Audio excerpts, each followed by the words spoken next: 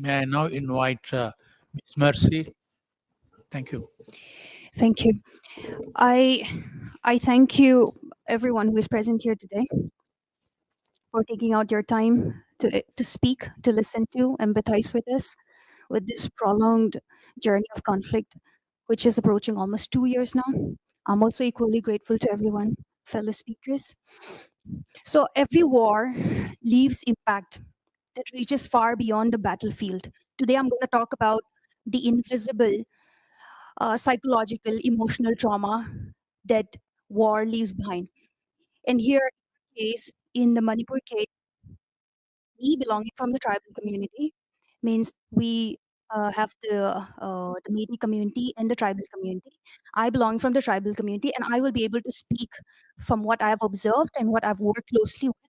So I'm speaking on this behalf, saying that the war this time is unique in our case because the betrayal that we experienced is from the people that we trusted, our own neighbors who chased us out from uh, uh, our homes where we lived together for generations, and the betrayal we had from our government, whom we voted years ago, thinking that he will uplift us or the government will uplift us. But no, this didn't happen. And so the betrayal that came with that is also one psychological trauma that we will be carrying forward. So, apart from this, because of this interconnected world in this generation, uh, not only the people who are directly affected by the war, the people who are seeing from screen, or the people who are in the community, not directly affected, but relatives, or but relatives and other people who are a part of the this whole thing, we are all affected by it, like the people here who are sitting here, or other people watching from um, uh, other states or globally. We are all affected, and this is what we call vicarious trauma in psychology. um, Sadly, it doesn't end there. We cannot just say that, okay, it's a vicarious trauma and so it has to, it is what it is. No, the ill effects of this is that um, we become sensitized or desensitized by what we see on the screen or by what is happening around. We start to normalize violence. We start to think like ye to chalta rahega, and so we start to ignore it, and which is what I think is happening with the government. Like, they've been thinking that it is, Manipur is like that all the time, but this time it's different. We've been displaced. More than 50,000 people are displaced, were homeless. So the trauma that we will be carrying forward from here will not heal until and unless the war ends. And so the government has to intervene. So, talking from a psychological perspective, uh, there is this one very common psychological disorder called PTSD, post traumatic stress disorder. This was something discovered when discovered among soldiers in World War One and World War Two. So PTSD is symptoms. The common symptoms are like flashbacks of what you have experienced, flashbacks of gun sounds of gun and horror, or what you have gone through, like um, graphics of uh, killings, or losing your own people, um, or what you have seen, like rape videos circulating around. So flashbacks of this kind of memories intrusively and repeatedly, even when you don't want to, and that continuing even throughout your life. That is PTSD. Now, the sad part about PTSD is that sometimes it has its early onset and it has a uh, late onset. So, people who have early onset at least could be treated immediately, but people with late onset, which comes later on, like within a year, the suppression of emotional trauma that they have, it becomes complex. So the treatment becomes complex. Along with all the symptoms of depression, symptoms of anxiety are a part of it, sleeplessness, disturbance in appetite, disturbance in the mood. And so these things all interfering with your normal day-to-day life.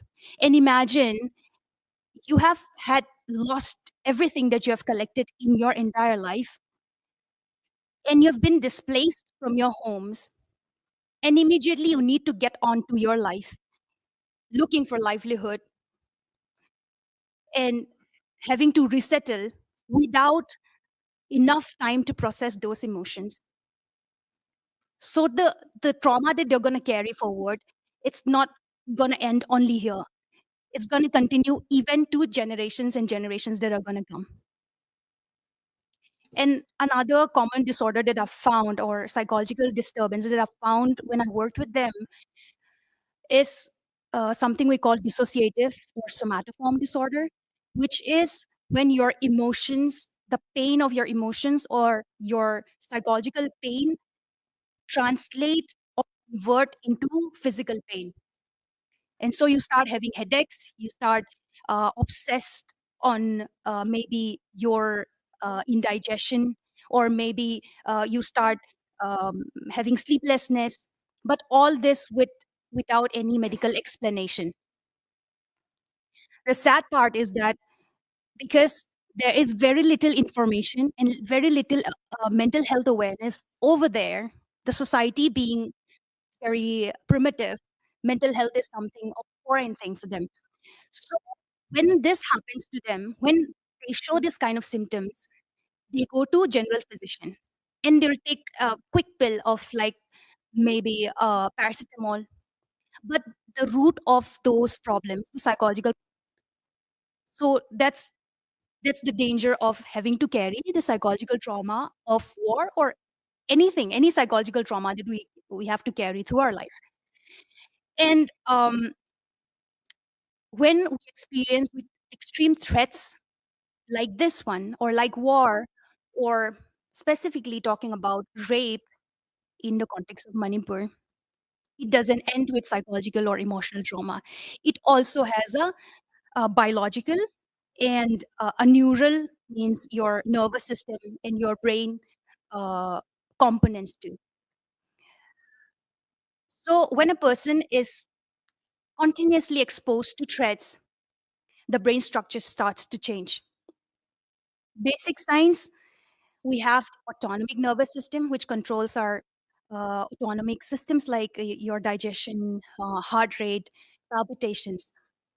And this autonomic nervous system has sympathetic nervous system and parasympathetic nervous system. Now, the sympathetic nervous system controls um, our body system when we um, are exposed to threat by releasing stress hormone, cortisol, and making us ready to fight for that uh, stress in our day to day life. And on the other hand, the parasympathetic works by calming our body, calming down by releasing uh, calming hormone, I would say, um, oxytocin, endorphins, and all this. So these two are always, trying to calm our body and trying to bring back our body to what science call homeostasis. On daily basis, like in our day-to-day stresses of life, our body is able to bring our body back to that homeostasis. But when a person is exposed to continuous threats, that system fails. So overactivation of the sympathetic nervous system happens. And so when overactivation happens, overload of the cortisol happens. So when our body has excess of cortisol, we are always in like agitated mode. We are always anxious, can't sleep, can't eat. All these things are the spectrum of symptoms. And there is overactivation of the amygdala, which is the fear center of our brain. So when there's overactivation of that fear center, we would always be hyper vigilant, means we will always look around trying to see if there's any threat and to protect ourselves. So what I'm highlighting is the psychological effect that serious threat like this could do to our body. And so the government has to intervene to stop it so that we can move forward from here. And rape and suicide is also found to be one very high cause of completed suicide. Now, there is attempted suicide, completed suicide.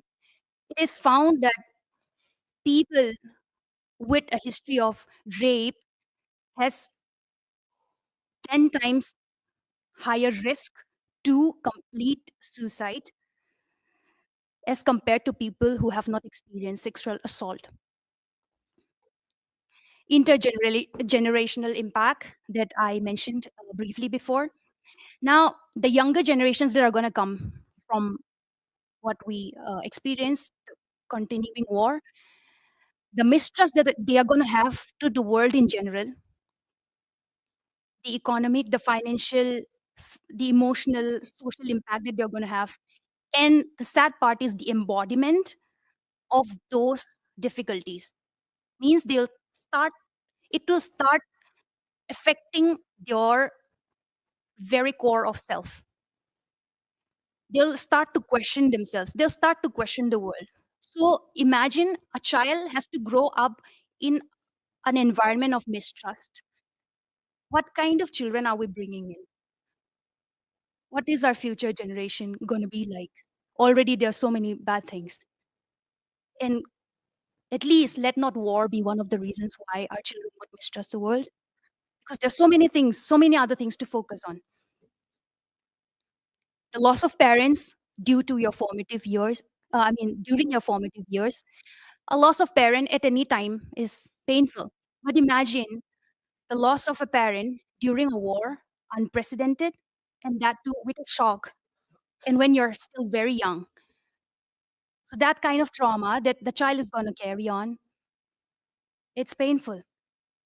The attachment wounds. So even if a parent survives and there's a survivor parent, the parent has to go on and get on to life, to livelihood, to care for the family. So anyway, this parent is absent. So the attachment wounds that would happen because of the absent parents or the disruption of the family system.